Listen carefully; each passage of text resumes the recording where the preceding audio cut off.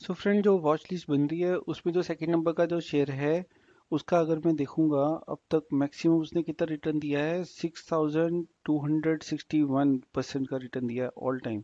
और last 5 year में देखें तो 115% का रिटर्न है। 1 ईयर में तो लॉस में है, दिख रहा है अराउंड 6% के आसपास। एंड 1 मंथ में देखें तो अराउंड 1% के आसपास का प्रॉफिट है। और 1 मंथ में देखें तो 5% का, 5 डेज में 5% लॉस, और 1 डे में थोड़ा सा और नीचे की तरफ। बट ये कंपनी है जो कंसिस्टेंट, इसकी जो ग्रोथ है, जो सेल्स ग्रोथ है वो कंसिस्टेंट वे में हो रही है। और कंपनी का जो CAGR है वो बहुत इंपॉर्टेंट होता है किसी भी शेयर के लिए। वो भी लास्ट 10 ईयर में कंसिस्टेंट वे में चल रहा है। तो देखते हैं कि ये कौन सी कंपनी होने वाली है। तो आगे बने रहे। इसका वॉच लिस्ट प्ले लिस्ट बन गया है, आप उसको जाके एनालिसिस करो। और मैं कोई रिकमेंड नहीं कर रहा, सिर्फ मैं जो अपने।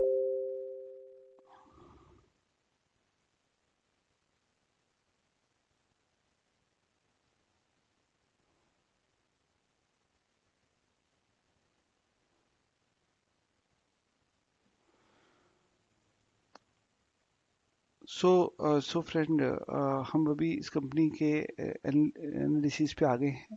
सॉरी, मेरा एक मैसेज आ गया था फ़ोन पे। तो यहाँ पे जो इसका मार्केट कैप है वो 2430 CR का है। करंट प्राइस 900 का है। हाई इसने बनाया था 1703 का। लो है इसका 655 का। और इसका जो डेप्थ चल रहा है, डेप्थ इसका बढ़ गया है यहाँ पे 281 का। Promoter holding is 74.4%। Enterprise value is 2130। और ये कंपनी यहाँ पे इसका जो बुक वैल्यू है वो है 636। प्राइस कुछ भी नहीं है। आगे देखते हैं। तो फ्रेंड, ये जो कंपनी है, ये कंपनी का नाम है Sandur manganese and iron ore, right. It's involved in the mining of a low phosphorus manganese and iron ore in Karnataka region, right. तो आगे इसका देखते हैं इन्वेस्टर्स का परसेंटेज क्या है। इन्वेस्टर का परसेंटेज अगर देखोगे तो लास्ट 2 क्वार्टर में उन्होंने परसेंटेज अपना बढ़ाया है। यहाँ पे FI ने कम किया थोड़ा सा, FI ना के बराबर DI भी थोड़ी सी है। पब्लिक भी इसके अंदर बहुत कम है। और अगर इसका क्वार्टरली अगर देखते हैं हम लोग, तो क्वार्टरली जो इसकी सेल है यहाँ पे लास्ट दिसंबर में था 492। अभी अगर इस दिसंबर में देखते हैं तो वो आता है 381।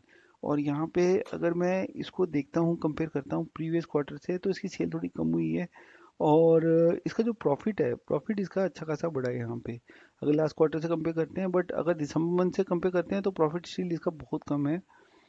पर अगर इसके मैं एनालिसिस में जाता हूँ तो अगर आप यहाँ पे देखोगे, कंपनी हैज रिड्यूस डेप्थ, company is expected good quarter, company is delivered good profit growth of 64.4% of CAGR over the last 5 year. Company has a good return on equity, ROE record 3 year, ROE 32.2%। Company median sales growth is 15.5% over the last 10 year. तो ये company की cell बढ़ रही है last 10 year से। और CAGR भी इसका बेटर है कंपनी का।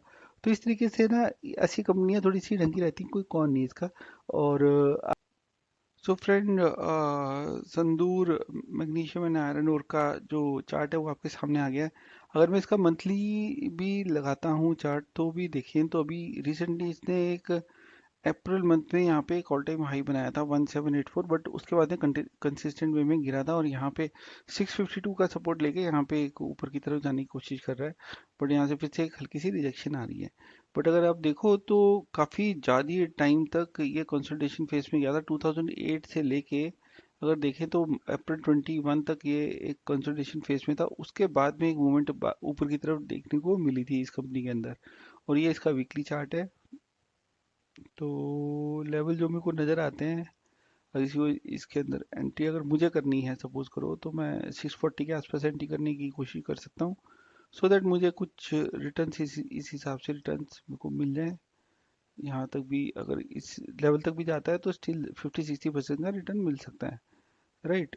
तो आप अपना रिस्क एनालिसिस करके स्टॉप लॉस लगा के आप इसके अंदर एंटर कर सकते हो। तो मिलते हैं नेक्स्ट जो हमारा शेयर है, जो प्ले लिस्ट बन रही है उसके अंदर जो थर्ड शेयर है वो